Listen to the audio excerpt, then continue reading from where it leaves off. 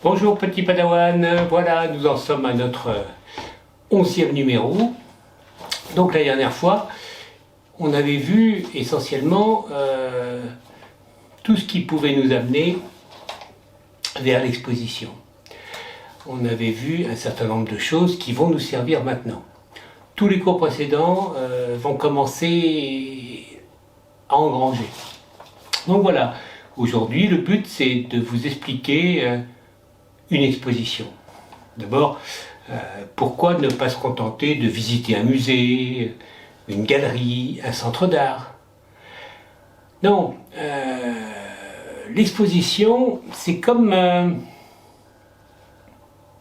quelque chose qui sort de l'ordinaire. Un musée, c'est comme un livre de classe. C'est fait pour apprendre quelque chose. C'est raisonné, c'est raisonnable.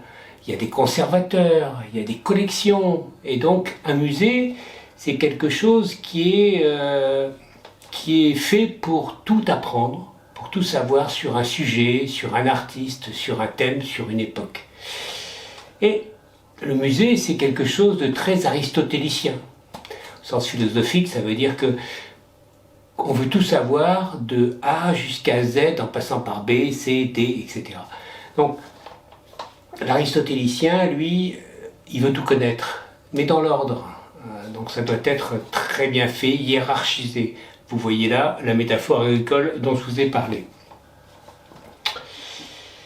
Mais de plus en plus souvent, vous avez remarqué, ou vous le remarquerez, les musées ouvrent des espaces à d'autres événements, parfois hors de leur collection, et souvent en accueillant même d'autres œuvres, des œuvres qui ne sont pas forcément entièrement dans leur thématique originelle. Pourquoi est-ce qu'ils font cela? Pourquoi est-ce qu'ils accueillent des expositions dans un musée ou dans un centre d'art, etc.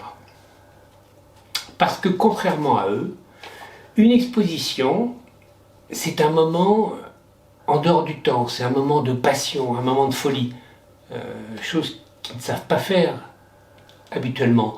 Eux qui sont la raison même, eux qui sont justement quelque chose de très sage.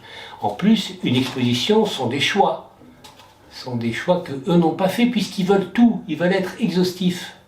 L'exposition, elle, c'est vraiment un parti pris. C'est pour ça qu'on dit que c'est platonicien. C'est un choix fait complètement arbitraire, une présentation, une façon de symboliser un moment, un artiste, une œuvre, etc. Mais très différemment donc de l'esprit du musée.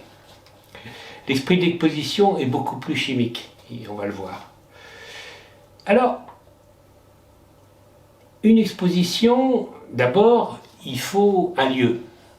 Donc je vous ai parlé de musée, je vous ai parlé de galerie, je vous ai parlé de... Parfois, ce sont des énormes expositions dans d'énormes lieux prestigieux.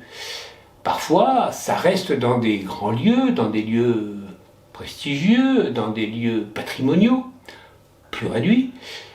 Et parfois, c'est franchement dans des lieux assez étonnants, assez surprenants. C'est la magie de l'exposition. C'est de choisir finalement un lieu qui lui va, un lieu qui lui est adapté. Ensuite, une fois qu'on a ce lieu, il faut une préparation. Et pour ça, le conservateur, le directeur, parfois, ne suffit pas. Et c'est pour ça que soit c'est l'artiste lui-même qui met en scène l'exposition qui lui est consacrée, ce qui arrive, mais souvent c'est plutôt une sorte de metteur en scène qu'on appelle le commissaire d'exposition. Le commissaire d'expo a un rôle très particulier. Il a le rôle à la fois de rassembler les œuvres ou d'aider à rassembler les œuvres qui forment l'exposition, parce que auparavant, bien sûr, ils ont choisi le thème avec le directeur du centre, avec le conservateur du musée. Et ensuite, le but, c'est de trouver comment mettre ça en image, visuellement. Et donc, on va voir que l'un des principaux travaux de ce commissaire d'expo, c'est de situer, de mettre en espace l'exposition dans le lieu qui a été choisi ou dans le lieu donc, qui va l'accueillir. Donc ça, c'est le travail qui est le plus prégnant pour le commissaire d'expo après avoir rassemblé, choisi les œuvres, etc. Pour rassembler justement ces fameuses œuvres, généralement, le commissaire d'expo et le directeur du centre ou le conservateur vont faire appel à d'autres institutions, à des musées qui ont l'œuvre, à des galeries, à des centres d'art qui ont des œuvres qui les intéressent, ou bien à des collectionneurs privés, ou bien à des galeries. Donc c'est tout cet ensemble-là qui va amener à la tenue de l'exposition. Si tout fonctionne bien, et en général ça fonctionne plutôt bien, on est dans un laps de temps d'1 an à 2 ans pour vraiment bien préparer une exposition. Ce temps, ça permet donc de faire tout ça. Ça permet aussi de comprendre comment ça fonctionne. Pour vous expliquer, normalement, on ne paye pas les œuvres que l'on emprunte, etc. C'est un système d'échange. C'est un système qui est complètement ouvert. Bien sûr, il reste à charge de l'organisateur de l'exposition, de celui qui l'accueille, de payer le déménagement des œuvres, les assurances, qui sont très chères, et aussi la mise en place. Mais on ne paye pas. Le système fonctionne comme ça. Pourquoi ? Pourquoi est-ce qu'il y a 2 phases du milieu de l'art, 2 phases qui s'entendent ? La phase où l'on montre, qui est plutôt souvent institutionnelle, mais parfois privée, et où là, il n'est pas question d'argent, apparemment. Et donc, où les prêts se font comme ça, donc librement, de gré à gré. Et un secteur marchand, les galeries, les ventes d'art, etc., où l'on vend les œuvres. Et bien, grâce aux expositions, et plus elles sont prestigieuses, et plus ça joue le rôle que je vais vous citer, plus on montre les œuvres et plus elles prennent de la valeur. Donc vous comprenez l'intérêt des collectionneurs et des gens qui ont des œuvres, des galeries, etc., et des artistes eux-mêmes, de prêter leurs œuvres pour qu'elles soient montrées, et plus elles sont montrées, plus elles ont de la valeur. Donc vous voyez, c'est un système qui fonctionne assez bien comme ça. Et maintenant, ce que je vous propose, c'est de voir comment ça fonctionne. Et surtout de vous donner un certain nombre de pistes pour vous comporter, pour profiter au mieux d'une exposition, une espèce de guide de survie en milieu d'exposition. Vous avez peut-être remarqué, et peut-être que vous en faites partie, vous avez remarqué ces visiteurs qui passent leur temps de visite avec un smartphone qui est collé aux yeux, à filmer ou à photographier sans arrêt, plutôt que de profiter d'un moment unique de contact avec les œuvres. Vous avez vu cette métaphore chimique évidente. Et donc, dans l'hypothèse folle où ils regarderont leurs images plus tard, ils vont privilégier une moins bonne image réduite à une vision réelle pleine d'émotions. Encore chimique là. Donc vous voyez, c'est un mauvais choix.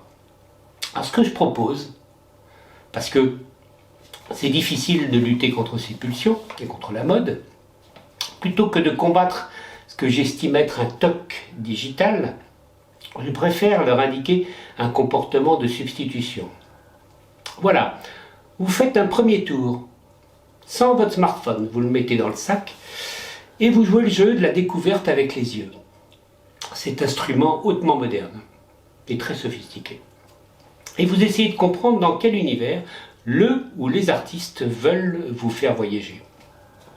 Ensuite, et ensuite seulement, vous repérez les œuvres dont vous voudrez garder la trace et vous faites un deuxième tour. Donc ça, c'est simplement une bonne règle pour vous, pour que l'exposition soit profitable et pour que vous n'ayez pas le sentiment d'avoir raté quelque chose. Parce que ce qui est important, encore là, c'est le contact. Et si vous avez cet instrument entre vos yeux et les œuvres, à mon avis, le contact est un peu raté. Donc, durant le premier tour, vous avez le choix de lire ou non les cartels qui sont à l'entrée des salles. Vous savez, je vous l'ai déjà dit, les cartels, c'est ces petits messages écrits sur le mur qui vous donnent des indications sur l'artiste ou sur les œuvres. Donc vous avez le choix. Moi, je conseille de, et c'est ce que je vous dis là, je vous conseille de ne pas les lire tout de suite, de déjà vous imprégner donc de l'ambiance de la salle, de regarder les œuvres d'une façon presque vierge, et après, ou pas, de regarder les cartels et de voir s'il y a des infos qui recoupent et s'il y a des choses qui confirment vos impressions personnelles. Donc ça, c'est intéressant comme démarche parce que justement, ça vous laisse votre propre autonomie. Vous êtes le regardeur, mais en même temps, vous pouvez apprendre des choses. Donc, métaphore chimique, votre autonomie en tant qu'être, être pensant et être surtout plein d'émotions. Et deuxième, métaphore agricole, vous reprenez quand même un petit peu de culture, un petit peu de savoir en regardant les cartels. Donc, vous faites toujours, vous vous rappelez l'affaire des points de narration, où vous faites une première impression brute, à chaud, et vous en retirez quelques pistes. Vous vous rappelez couleur, forme, l'histoire qui est racontée, qu'est-ce que ça veut dire, a priori, et en deuxième analyse. Et ensuite, deuxième regard, donc, qui est plus analytique, où là, vous vous faites une idée de ce que veut raconter le ou les artistes. Et après, les informations apportées par le cartel vous renseigneront sur les pistes que veut vous laisser l'artiste ou le commissaire d'expo. Donc vous pouvez voir si votre cheminement correspond à celui de l'artiste ou du commissaire d'expo, mais dites-vous bien, et je vous le répète, vous n'êtes pas obligé d'avoir la même sensation que lui. C'est pas parce qu'il est l'artiste que forcément il peut vous indiquer exactement comment vous pouvez interpréter les œuvres. Gardez votre rôle, vous êtes autonome. Les œuvres ne vous commandent pas, c'est vous qui avez votre propre regard. Donc ça c'est important. Et après, comment lire un cartel? Ça c'est aussi une sorte de petit vadémécum. L'idée c'est de ne prendre que quelques infos. L'époque, par exemple, intéressant donc de situer. Là, je vais vous donner un exemple qui se passe au début du XXe siècle. C'est le début de la photographie sociale. Le point fort, donc c'est le début du siècle et surtout la crise de 1930. Après, vous retenez un certain nombre de noms qui sont intéressants, des artistes qui sont dans la salle ou qui n'y sont pas d'ailleurs. Là, par exemple, à propos de la photographie sociale, il y a des noms importants comme Walker Evans, Bruce Davidson, Sid Grossman. Et on va voir avec la géographie, parce que bien sûr là c'est la vision américaine, mais il y a la vision européenne avec la photo humaniste, le versant européen de la photographie sociale, où là on a plutôt Cartier-Bresson, Doisneau qui sont les plus connus. Donc tout cela, on voit d'après le texte que tout cela ça donne l'impression d'une photo où l'homme est au centre. C'est ce qui est la marque donc, de la photographie sociale. Et l'homme est au centre comme un témoignage ou un œil indiscret, mais nécessaire sur la vie quotidienne. Donc ça, c'est ce que peut nous apporter ce genre de cartel. Donc voilà pour les premières grandes pistes donc pour rentrer dans une exposition. Après, je vais vous faire profiter donc, de quelques expos donc, que j'ai pu partager ou que j'ai pu vivre.